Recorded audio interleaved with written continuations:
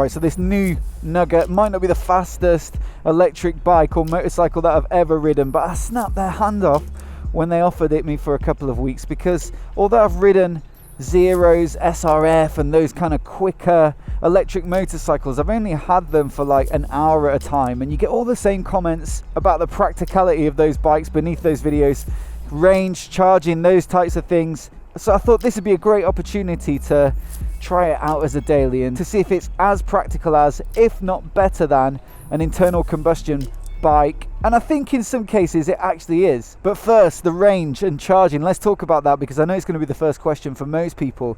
This has got 3 modes, so e-save, dynamic and sport. So e-save limits it to 18 miles an hour and gives you pretty modest acceleration. There aren't many places you can really use that. The traffic's usually going quicker than 18 miles an hour in London, but that'll give you the best range, and they reckon in the city it'll give you over 100 miles, which is pretty good. You get better range in the city because it has regenerative braking, so when you're on the brakes it's charging the battery, whereas if you're doing any straight stretches of road like A roads or motorways, which you're probably not going to be doing on a 45 mile an hour bike, but those straight stretches are generally the worst for battery life. In dynamic mode it still has decent acceleration, but again it tops out at 28. Not sure of the range on that, because I've mainly been using sport mode. That gives you the most acceleration and the highest top speed, which is about 45 miles an hour. More than enough to keep up with most of the traffic in London. Now I think that's rated at about 60 miles range. There are a bunch of factors though that affect the range, like the temperature, so the colder it is the less range you'll get. Also the weight of the rider, how you ride it as well, and even though it's in sport mode, generally I've been riding it. I'm used to a relatively powerful motorcycle, so I'm used to a fairly quick machine, so I've been riding it like full throttle everywhere, and my commute is 13 miles each way. So 26 miles in total, and it's just over half depleted. So I usually have about 45%-ish left at the end of the day. So that'll be a touch under 50 miles range riding it like I do, which is not too bad. I mean, ultimately, if you're doing the same trip every day there and back, then as long as it's a little bit more than that distance to give you some flexibility if you need to take a bit of a detour, then it's fine. In terms of charging, I'm super lucky that I've got a garage, so that means that I can just roll it in there, flip the seat up, and there's a port under the saddle, and then you plug the big, well, it looks like a big laptop charger, you plug that in, and this bike has 2 batteries, so one under the floorboard, one under the seat, and that charges them simultaneously. If you don't have a garage, you'll have to leave it on the street, and both batteries are removable, so you could just take them inside and charge them. And you can get a splitter for the charger so that you can charge both batteries at once, so that's pretty decent. It's a little bit more hassle, but they're not too heavy, so I don't think it'd be too bad. New rate of fast charge at 3.5 hours. I don't know if there's a fast charger accessory available. I've had a look for it and I couldn't find it, but I assume that's what they mean. But a normal charge they say is 4 to 6 or 4 to 7 hours. Look, it really doesn't matter as long as it's less than a night's sleep, basically. Or less than when you get in from work to when you want to go out, which is usually, for me, I might get home at 6 or something and then leave at 7 or 8, so 13, 14 hours you've got for it to charge. Of course, with that sort of range and that sort of charging time, it's not a machine that's built for like spontaneity. And a couple of times that has caught me out. So if you forget to plug it in when you get in, which, if you're in a rush to do something, you just stick it in the garage and don't plug it in. And I can certainly see that happening if you have to remove the batteries. Then, obviously, the next day you wake up. Like I say, I use over 45% charge in a daily commute. So I've got 2 choices then. I either take the tube or I ride it in e-save or something like that and try and preserve some battery. You could obviously take your charger to work, take the batteries out and charge them in the office, but I'm not sure really how practical that is, because I don't think this bike actually takes like a charging station that you'll find around and about London occasionally. And if you don't have your charger with you and you are out and then perhaps you need to go, sometimes I have to go to a different office or something, that has happened a couple of times where I've been like, well, I can't actually go and do that now because otherwise I won't get home. And you don't really want to be leaving your scooter around and getting public transport home because of scooters being quite nickable in London. So it's more a tool for a job. As long as you know your range, then it's totally fine. The charging time is fine, the range is decent for most city commuting, and like I say, apart from a couple of occasions, it hasn't really bothered me.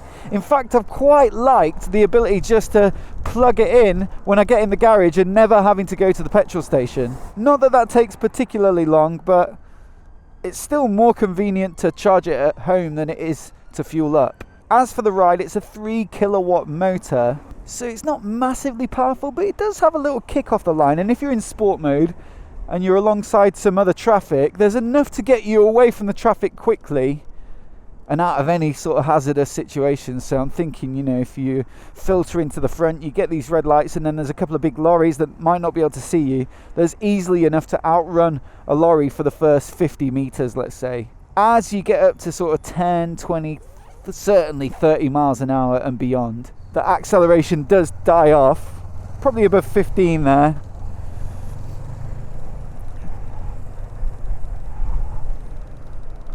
But it's nippy enough. The handling's good as well. It's pretty light. I think it's 115 kilos, which is competitive for a scooter. Not particularly lighter or heavier than a equivalent sort of Vespa or something. They're in that ballpark. Obviously it feels a bit funny to me compared to a motorcycle. The wheels are smaller and much more kind of underneath you. But yeah, it's pretty nippy. The suspension's not super refined, but it does the job. Probably the small wheels add to the harshness on like rough surfaces, but at least it's got a big comfy seat, so that kind of takes the edge off some of the bumps. The brakes are pretty good for a bike of this size. It's a 3-pot on the front, so that has plenty of stopping power. The right hand lever does the front, the left does the front and rear, because it doesn't have ABS, so by law it has to have both brakes operable by one of the levers. Linked brakes as they're known.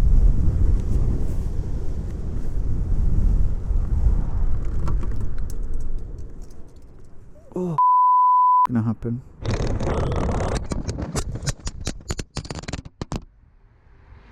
Oh, it's still there. Yeah, it'll be alright. It's just the case. Yeah, someone. Sorry, mate. Alright, cheers, bud. The brakes are linked, so there's no way to actually modulate the rear brake, you know, separately to the front, which you get a lot of rear with this left lever. And I found it super easy to lock up that rear brake. Let me find somewhere to demonstrate. There, you can hear it there.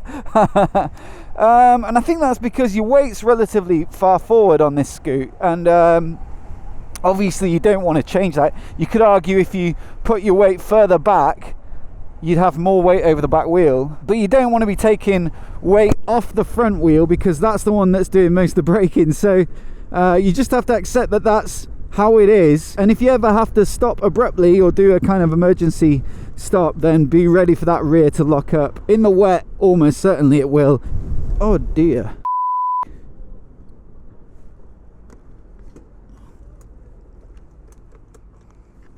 Do you need a hand picking it up?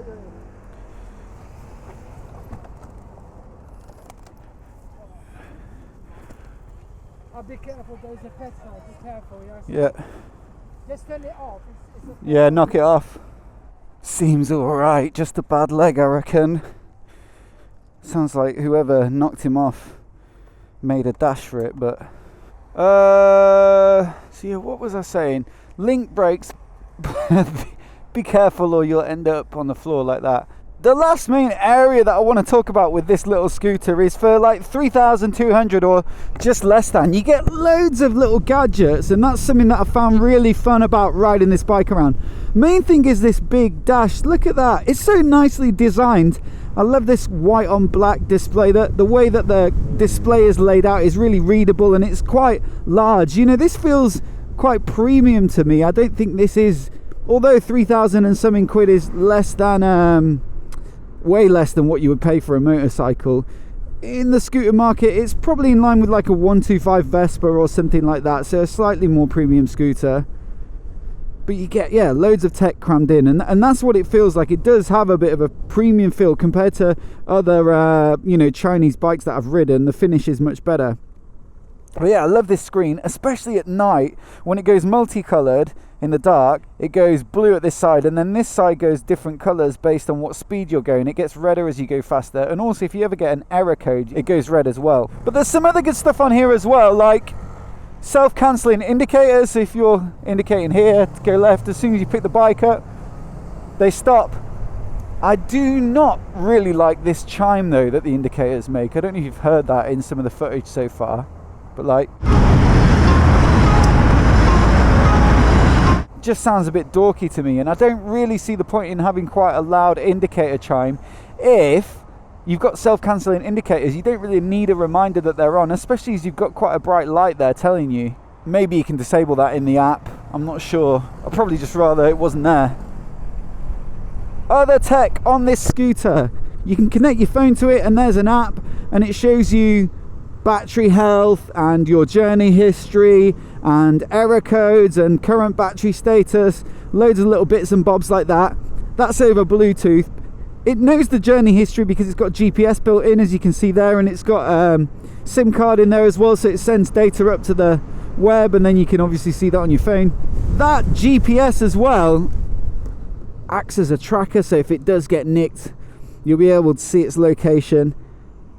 You've also got an alarm built in on the fob there. You've also got a USB charger here, a little hook for your bag, and then your phone will fit in that little stash as well in case you want to charge it on the go. I'm sure there's stuff I'm forgetting, but there's loads to go at. And 3,200 just doesn't feel like a huge amount to me, especially if you finance it monthly. It's pretty affordable and comparable to an Oyster card or something like that. And I think you can ride this on a CBT as well. In terms of other costs, no road tax of course because it's electric, no congestion charge either, as with all bikes after 2006, but I can see this being C-charge exempt for much longer than even the most recent internal combustion bikes. You just never know what's going to happen. Insurance wasn't that much cheaper than my Triumph Street Twin, so this was $550. I got a quote for fully comp, and I used the same kind of details for the quote as my current policy, which comes out at 700 quid for my Triumph Street Twin, so not a great deal cheaper there. But fuel, I spend about £15 a week fueling at my Street Twin. I get about 125 miles out of a tank because it's mainly in town, so the fuel economy isn't that great. With this you've got two kilowatt hour batteries, so that's 4 in total, and I think the UK average for electricity, the cost is about 15p per kilowatt hour, so you're looking at 60p for a full charge. Now let's say worst case scenario I use 60% of the battery and it's down to 40 when I'm home, so I need to charge 60% back up.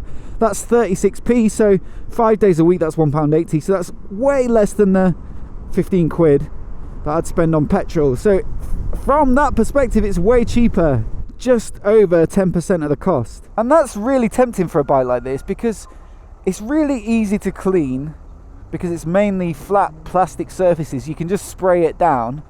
It's pretty affordable, it's cheap to run, it's got some good little gadgets built in to keep you entertained, and it's quick enough for town.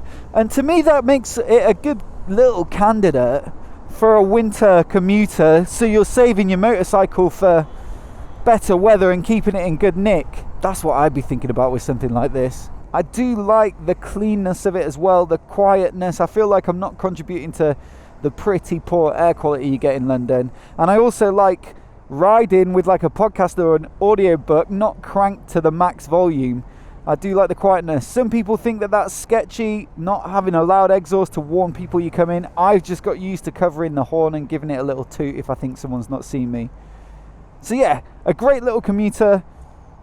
Thoroughly enjoyed it. Thank you to NIU for lending it out to me. It's going back in a couple of days. I'd love to hear from anyone who owns one of these bikes. Let me know how it's working out in the long term in the comments below. If you're a biker and you've never ridden an electric, let me know what you think of it. Would you consider this as a little winter get about? If you got any questions, leave them in the comments below. And of course, if you're new here and you want to see more videos like this, hit subscribe and I'll see you next time.